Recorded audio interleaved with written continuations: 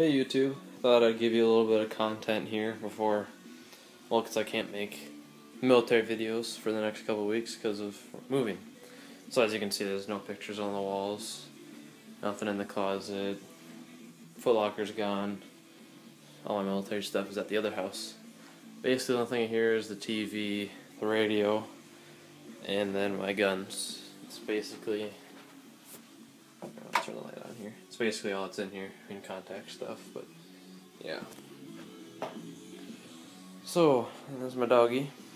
Talk about him a little bit. He's Dachshund. He's about 7 years old now.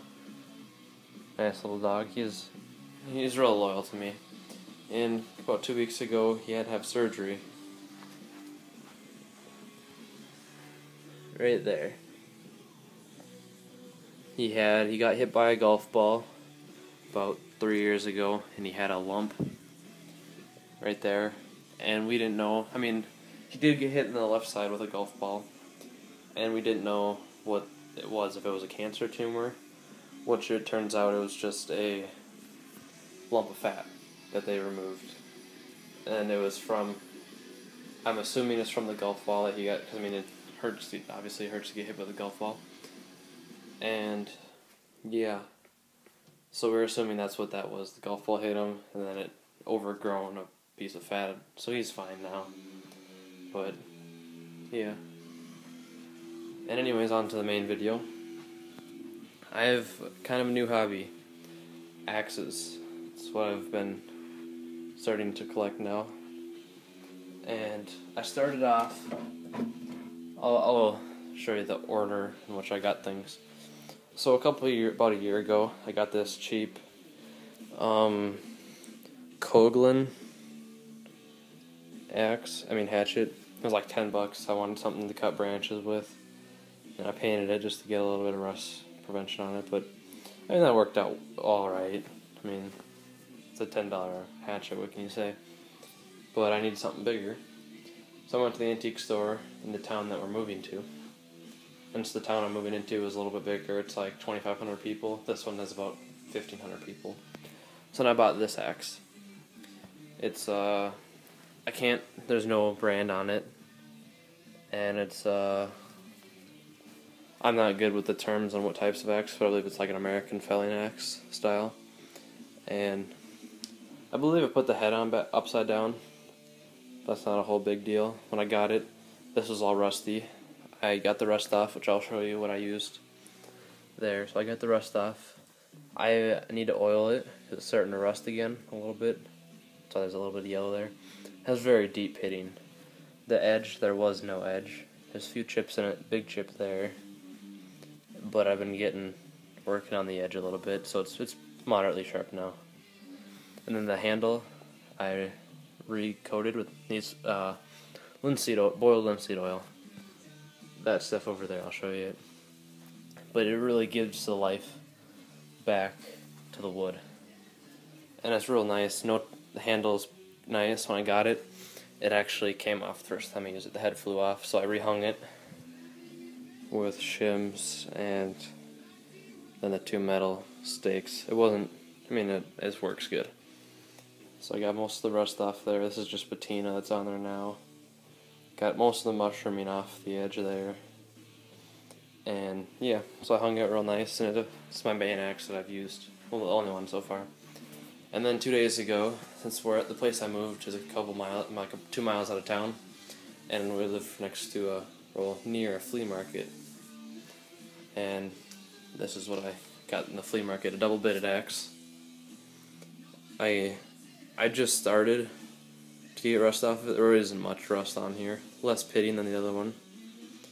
And you can tell I don't think many people, I don't know how much you know about axes, but with a double bit axe, you have one side that's durable, which doesn't have a very sharp edge. Like, it's sharp but not razor sharp, which is why this one is shorter. And then this side, you make it real narrow and sharp, so you have a sharp edge. And then if you're like cutting roots and stuff, you use the less sharp edge. This one has here's a chip there, and I haven't sharpened it yet because my sharpening stuff's at the other house, but it's decent. about almost as good as that one. There's a big chip there, not quite a big deal. And the grain orientation on this one is not good. The grain is going this way, and it should be going this way. See with the tool? With this axe,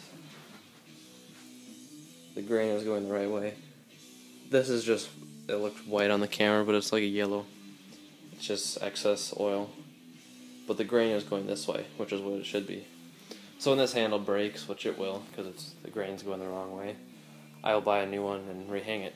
And this handle is a little bit longer than that one. But then, I'll show you what I use to clean. Basically, you just need any drill. This just happens to be an old cord drill. But you can use any drill. A 6-volt will work fine. And you just need a disc pad. Like this. This is what I use. If you have a belt sander, go ahead, use that. You don't want to heat up the metal too much. Otherwise it'll draw the temper out. So I use a disc pad. And then you just get, well, it came with a kit, and then it came with the, right now there's no pad on it, just the rubber. Then you put the sanding pads on it, and then you can go to town on it and get the rust off. You can also use, I haven't done this yet, but white vinegar. You can do that, which I will eventually do, because it also puts a patina on the metal, which will protect it, which I'll cover in another video, possibly. And then boiled linseed oil is what you use. I actually used it on my Garand stock. I put 3 very light coats on it. What it does is it puts nutrients back into the wood, so it won't dry out, dry rot. Like this one has all this checking in here, and I mean it's still got it nice and smooth, but it's an older handle. This one's a lot better condition as far as the handle goes. And then, oh, by the way, I spent $4 on this one. It was $8 originally, but it was half off, which is a steal. $4 for a very well functioning axe. It's good. And this one was 10.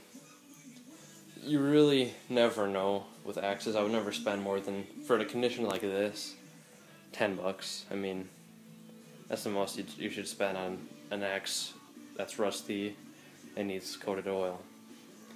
And so cheaper is better, basically, unless it has big gouges and stuff. This one was 10 as well, so for $10, this was $4. That was 10. Think about it, and I mean, better quality, everything. So then the boiled linseed oil, I believe this 16-ounce container was like $6, and it's like probably right about here. And so then I have another axe head here, which I got from the same place, and this one was $2, but it was also half off, so it was $1. And this one, it has a lot of surface rust and mushrooming, heavy mushrooming there, and it still has a very nice edge on it. But I'll clean that one up and maybe find a handle for it sometime. But yeah, so those are my starting point for axes, and I'll give you an update on that sometime in the future.